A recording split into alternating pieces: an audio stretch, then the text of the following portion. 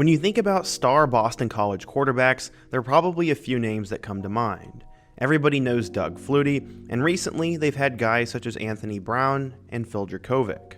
While both of them had up and down careers at Boston College and eventually left for other schools, BC has finally found their star quarterback of the future after he transferred in from UCF. What many don't know is that he was actually a huge deal in middle school, as schools like Georgia wanted this guy when he was in 8th grade. He did end up slipping a little bit in recruiting, but he ended up at UCF and transferred to Boston College, where he had a breakout 2023 season and is now one of the best kept secrets in all of college football. Today, I'm going to introduce you to Thomas Castellanos. He's Boston College's new quarterback, who I think has legitimate superstar potential and could make his way into the NFL radar if he has another big 2024 season. Boston College is in a very difficult spot, but Castellanos has a chance to change the narrative. Today's video, we're going to talk about who this guy is, and I'm going to introduce you to the best quarterback that you know nothing about. But before we get started, if you're a big fan of college football, be sure to subscribe to the channel, leave a like if you want to support today's video, and let me know what player, team, topic, or situation I could cover next. Now let's get started and meet Thomas Castellanos. In order to understand how Thomas got to this point, we first need to go back in time. He was the 8th of 11 children, and he grew up in a single-parent household in Waycross, Georgia. He was originally born in Miami, but he moved to South Georgia as a toddler. His father unfortunately passed away when he was 3 years old, and his mother had to work overtime as a nurse to ensure her children never missed a meal. He always reveres her for her strength and independence, and he said, quote, "I'm thankful for her. She's the reason why I am who I am today." Castellanos first started playing rec football at 6 years old, and he ended up playing for the Patterson Eagles as an offensive lineman. Unfortunately, he did not really like the position, so he ended up moving to running back the following year, and he played alongside his brother. He said, quote, "Since then, I have pretty much played for the local rec or travel teams every year, and I've loved the game of football." Although he is a gifted athlete now, there was a time when Castellanos was not the best player. He said, quote, "I used to be terrible at basketball, and I remember always shooting granny shots when I was little and missing pretty much all of them. But over time, I greatly improved my game and even won MVP last year." This is a testament to how good of an athlete Thomas is, and he was insane and seen as the next big thing in the area. When he attended Waycross Middle School, he played on the 8th grade football team while he was a 6th grader. That year, he was named both the best defensive player in football and the best offensive player in basketball.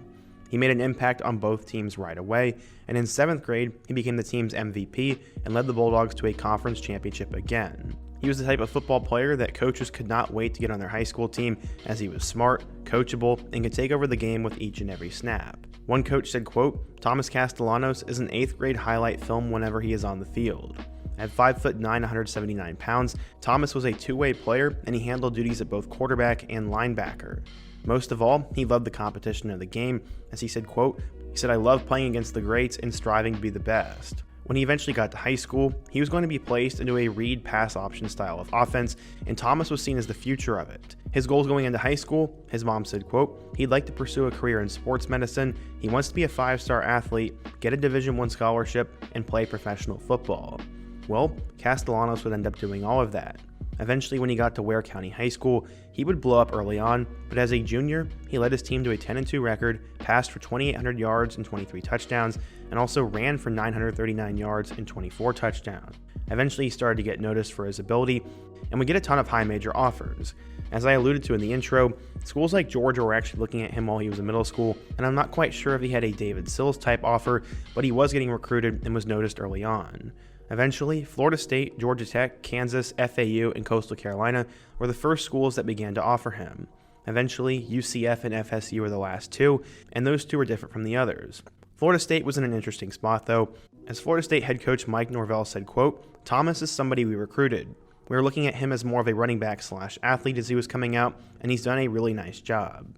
So yeah, Florida State wanted him more as an athlete, whereas UCF wanted him as a quarterback. Despite taking 2 unofficial visits to FSU, Castellanos chose UCF over Florida State. He ultimately wanted to play quarterback, and Florida State was just not going to give him that opportunity. One scout said, quote, "There are few signal callers that make more out of nothing than Castellanos." Why UCF? Well, he said, quote, "We've been talking about it and it had been on my mind, and after getting that offer from Gus Malzahn, who's a big-time coach, and with him wanting me to be his quarterback, I was ready to go." While he was pumped to go to UCF, tragedy would happen. 2 days after Christmas in 2021, right before he got to college, Thomas Castellanos lost his older brother Akeem Jones. At the time, he contemplated quitting football, but the lessons that his brother taught him helped him stay afloat. He recalled their frequent 2 a.m. phone conversations and how Jones had to really struggle to make it work for football. At one point, he was a quarterback at Garden City Community College in Kansas, and he always believed in Thomas when no one else really did. Castellanos ended up not quitting, and that was a good thing because he had a bright future and a very decorated past. He was an absolute star in high school in his 4 years, as he had more than 11,000 total yards. According to 24/7 Sports, Castellanos was a 3-star recruit, the number 33 athlete, and the 545th best player in the class of 2022. So, how would he do in Orlando at UCF? Castellanos had achieved his goal of getting a Division I scholarship and playing for a Power 5 team. While UCF was still technically in the American at the time, they were moving to the Big 12. As a freshman at UCF, he ended up playing in 5 games for the Knights, which would include a surprise start in the AAC Championship game against Tulane. John Rice Plumlee was nursing a hamstring injury, and Mikey Keene elected to enter the transfer portal before he would transfer over to Fresno State. In those 5 games at UCF, Castellanos didn't really do much. He ended up completing 9 of 16 passes for 75 yards without a touchdown or an interception. He did score a rushing score against Temple, but he obviously just was not ready for that moment and was going to need to be developed. As UCF was moving to the Big 12, he was asked about his role. He said, quote, "I'm looking forward to it this fall, and I'm hoping to be the starter, but if not, I'm going to be number 2, and I'm the future of this place." So yeah, Thomas Castellanos was projected to be the future quarterback for UCF, but then he decided to enter the transfer portal. He would have 3 years of eligibility remaining, and then would decide to commit to Jeff Hafley and Boston College. This came after Phil Dracovic transferred to Pittsburgh, and Castellanos would be reunited with his former teammate, wide receiver Ryan O'Keefe. He committed to BC after going into the portal as well, and eventually, Castellanos chose Boston College over Texas State, who had just hired his former quarterback coach at UCF, G.J. Kinney. He's actually been a really big deal so far for Texas State. But the Eagles won out. Now it seemed he was going to battle it out for the starting quarterback job at an ACC school, and while many believed it was Emmett Morehead's team, Castellanos would prove quickly that he should actually be given a chance. Morehead would be the starter in their first game, but on the 3rd drive of Boston College's 2023 season, Emmett Morehead was done. They had pretty much prepared Morehead to be the guy all summer, but it took 10 passing attempts before Castellanos took over. That first game would come against Northern Illinois, and he would end up going 13 of 28 for 138 yards with 2 passing touchdowns and 67 yards and a rushing touchdown on the ground. Unfortunately, they would end up losing to Northern Illinois in overtime, but Castellanos showed enough to be the guy for the rest of the year. One thing that was extremely notable was in that Northern Illinois game, he had one of the most absurd 4th down conversions I've ever seen. He pretty much ran 30 yards back, scrambled 10 more yards to the right, ran around, and then threw a pass right past the 1st down marker, and this kept him in the game. He had a true Patrick Mahomes video game-like moment, and from there, he would continue to be really good. He had 2 touchdowns and a win over Holy Cross, and then absolutely went off against number 3 Florida State. In a game that no one gave Boston College any chance, Castellanos had over 400 combined yards with 2 touchdowns, and they only lost by 2 to the Seminoles. From there, he also had 4 touchdowns and 400 yards against Louisville, but they would also lose that game.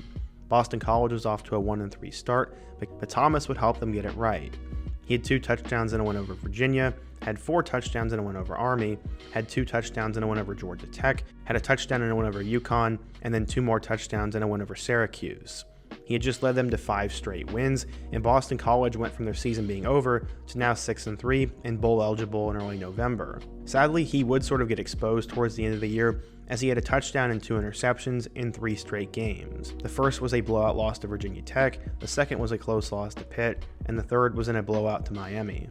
I guess by the end of the year, defenses were starting to figure him out, but he still had a really good year. He threw for 2,146 yards with 15 touchdowns, but did have a very high interception mark with 13. He was also tremendous on the ground, running the ball 194 times for 957 yards and 11 scores. He had a huge season and had a couple of big moments, including that huge 4th down conversion, and then a 1-yard touchdown game winner against Army. He also had a couple of other milestones, including becoming the first BC quarterback to ever run for 4 touchdowns, and was also the last Eagle to run for 4 scores since A.J. Dillon did back in 2017. During the Eagles' 5-game winning streak, he had 11 total scores and really elevated the team. He also helped them win their bowl game against number 24 SMU, so he became the first Boston College quarterback to throw for over 2,000 and also run for 1,000 yards. Castellanos ended up having a breakout season, and no one really was talking about him. He elevated a Boston College team that was dead in the water and went from backup to hero. After trying to decide whether he would go to the portal or not, he decided to stick back, and Boston College is now going to pour everything they have into him. He is the figurehead of the program, and pretty much everything starts with him.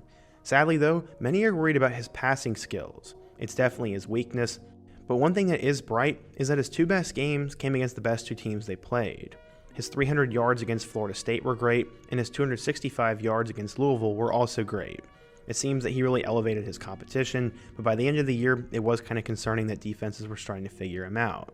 As many of you guys know, Jeff Hafley ended up leaving to become the defensive coordinator at Green Bay, but now Bill O'Brien is the head man at Boston College. He's been known to be a pretty good quarterback developer, and I think Castellanos is the perfect guy for his system. In my opinion, he is one of the best kept secrets in college football. He's a guy who pretty much did everything and actually won a lot of games last year, but never gets mentioned on any sort of list. While I am somewhat worried about his passing game, I think Bill O'Brien will get him right, and he could have a pretty big 2024 season. Could he play his way onto an NFL draft radar? But I also don't see him as more than a day 2 or day 3 pick at best. What I'm definitely more intrigued to watch is if he can elevate Boston College. This is a program that does not have many great quarterbacks, but a guy like him could help put the school back on the map and help them hopefully build a program that can get back to the top of the ACC. We'll really have to wait and see, but what do you guys think? If you're a Boston College fan or a college football fan in general, what do you think of Thomas Castellanos, and who's another underrated player I could do a feature on for 2024? Also, before you go, don't forget to leave a like, subscribe if you're new, and check out all my other videos on the end screen. I hope to see you guys again soon, but until next time, peace.